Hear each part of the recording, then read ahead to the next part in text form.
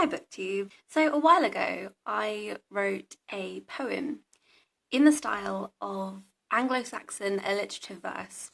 Of course, Anglo-Saxon alliterative verse is actually written in Old English. Mine is written in modern English. But I just wanted to tell you a couple of things about Anglo-Saxon poetry, and then I kind of wanted to just read you this poem because, why not? Because it was pretty fun to write and I would like to show someone it. So yeah.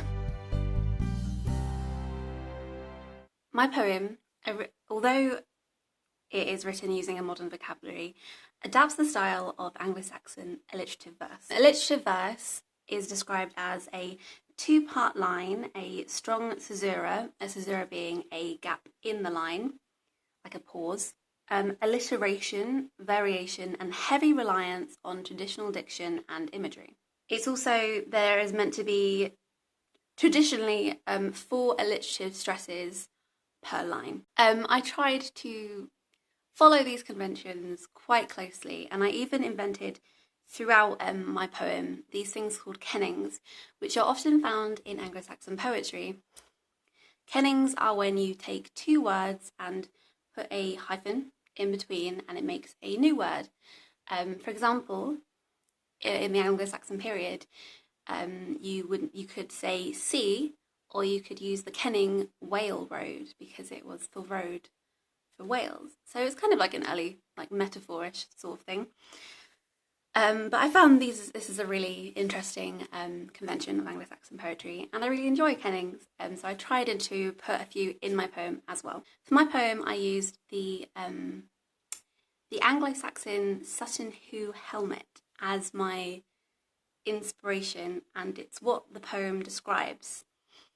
If you're not familiar with Sutton Hoo helmet, there was a archaeological dig in Sutton Hoo. It's actually in Suffolk, near where I live. Near where my family lives. And they found loads of burial mounds, and then in one of the mounds there was a massive ship, and in that ship there was a man buried. And one of the things that were found were grave goods like gold, like a gold belt, some pennies, and gold coins, like very immaculate different pieces of armorware and jewelry. And then one of the things that they found was fragments of the Sutton Hoo helmet. I'll put a picture of the Sutton Hoo helmet here, so you can have a look at it. This is what the actual helmet now looks like, with the fragments put together, and then this is the replica of what they think it would have looked like when it was originally made. And my poem is about both of them. I think I'm going to just go right into it, because if I explain alliterative verse too much, then it's just going to get confusing. But I will say that I start the poem off with the word what, which is an Old English word and actually just means low or listen. And it's actually I think it's the first word of Beowulf, and it's and the Dream of the Rood, and it's often seen in Anglo-Saxon poetry, and so that's why I wanted to start my poem with it. Okay, so to avoid any other ado, I will now read you my poem. Okay. What? This ravished relic, rusted ruin, whose few fragments fingers found, earth-sheathed, enduring echo of a waning world that once was. Behold, from beneath that burial boat, a glint of gold glistening grew 2 fire fiends, forged facing, winged wide and awaiting war. That dragon duo, denying death, were most maintained where mere mortals fell forgot, forever fading. Shattered speaker, share your story. Who owned this object, this obscure ornament? When was this cover cast, this courage keeper worn by what warrior?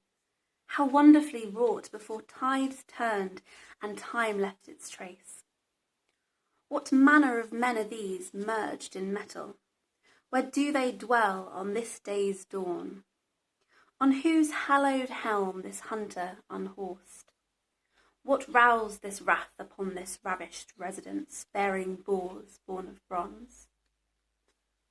A glare of grandeur, gilt in garnets, peered, perchance, through this pride prover, once fiction framed with fantastic effigy, a vainglorious vestige veered from violence.